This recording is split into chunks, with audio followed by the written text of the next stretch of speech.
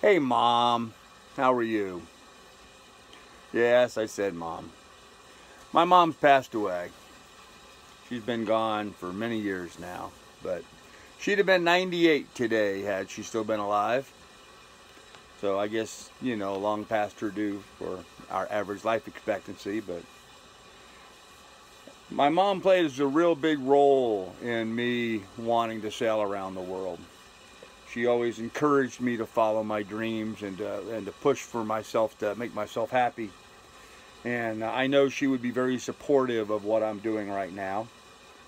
And since today's Mother's Day, I thought I'd do a little quick video to thank my mom for everything that she did for me, because I was not, by any stretch of the means, an easy child to bring up. I must have been quite the challenge for her. My mom loved to garden. She loved her plants and growing stuff. Every property we ever bought and moved to, Mom would always spend a fortune and a lot of time, effort, energy fixing it up. I have shoveled more wood chips for bedding and mowed more grass and pulled more weeds than probably any 10 kids my age when I was a kid, but it was her passion. It wasn't mine, but Mom needed it done, so we went out and did it. So she was a tough old girl. She was very tall woman. She met my dad at Ohio State University. They married, I think it was 1943, I think they got married. They were both going to college then. Had to laugh. My dad said they were so poor that he remembers on the table, they had the rings on the table from the beer rings, the cold beer on the table left like an Olympic symbol on their table. And they were so poor they had to take the aluminum cans in and recycle them and get money back for them. I didn't know they did that back in 1943, but I was listening to that, and as poor as I am right now, thinking, well, geez, Dad, but at least she could afford the beer. So, different times, I guess. Both my parents went to Ohio State. That's where they met. Dad was a civil engineer. Mom was, administrative, secretarial sciences, that kind of stuff. In fact, at one point, she went on to be Nelson Rockefeller's secretary. She was very active politically. She was head of the Ladies Auxiliary of the Nassau County, New York Republicans Committee back in the day. When I knew her, I was a late child. I was the fourth child in the family. When I knew my mom, she was, kind of over all that. She'd already raised 3 girls. I was the last to come along. I have 3 older sisters. And Mom did a hell of a job. She was a strict taskmaster, and boy, I tell you, everybody in my family has gotten a poison pen letter from her where she's just raked them over the coals for saying something they shouldn't or doing something they shouldn't. So maybe I get that from my mom when I have very little tolerance for stupidity and ignorance. So, we are very much who our mothers were, and I am very much my mother's son. No doubt about it. Very much my mother's son. So I laugh back on all the histories and stuff. But she was tough. She was tough. I remember one time we were driving in Greece. We had flown to Germany in 1970 and bought a Volkswagen Beetle. We were driving around Europe for the summer, her, me, and my older sister. And we had left one country and we entered into Greece. And we had the map. And I was supposed to be the navigator. I'm supposed to give her directions. And I'm like, okay, we take this road to this road to this road. The only problem is, in Greece, the map was in English, but all the street signs are in Greek.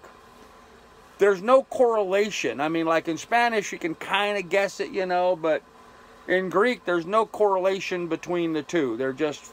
So my mom got scared and she got nervous and she got mad. I must have said something out of turn, and she whipped her hand back and smacked me in the nose and bloodied my nose. So she is a tough old lady. She didn't take crap off anybody. So yeah, my coffee's getting ready here. Hold on a second. Yesterday I let the pot get too hot. I couldn't touch my coffee for a while, so I wanted to get it before it starts steaming tonight or today, so I can actually enjoy a cup before this afternoon. Yep, there we go. Yeah, baby. Yeah, baby. Because I need it. It's cold. It's warmed up now with cooking the coffee here. I got it. Don't take my seat, dog. Get out of there. Lily, go lay down.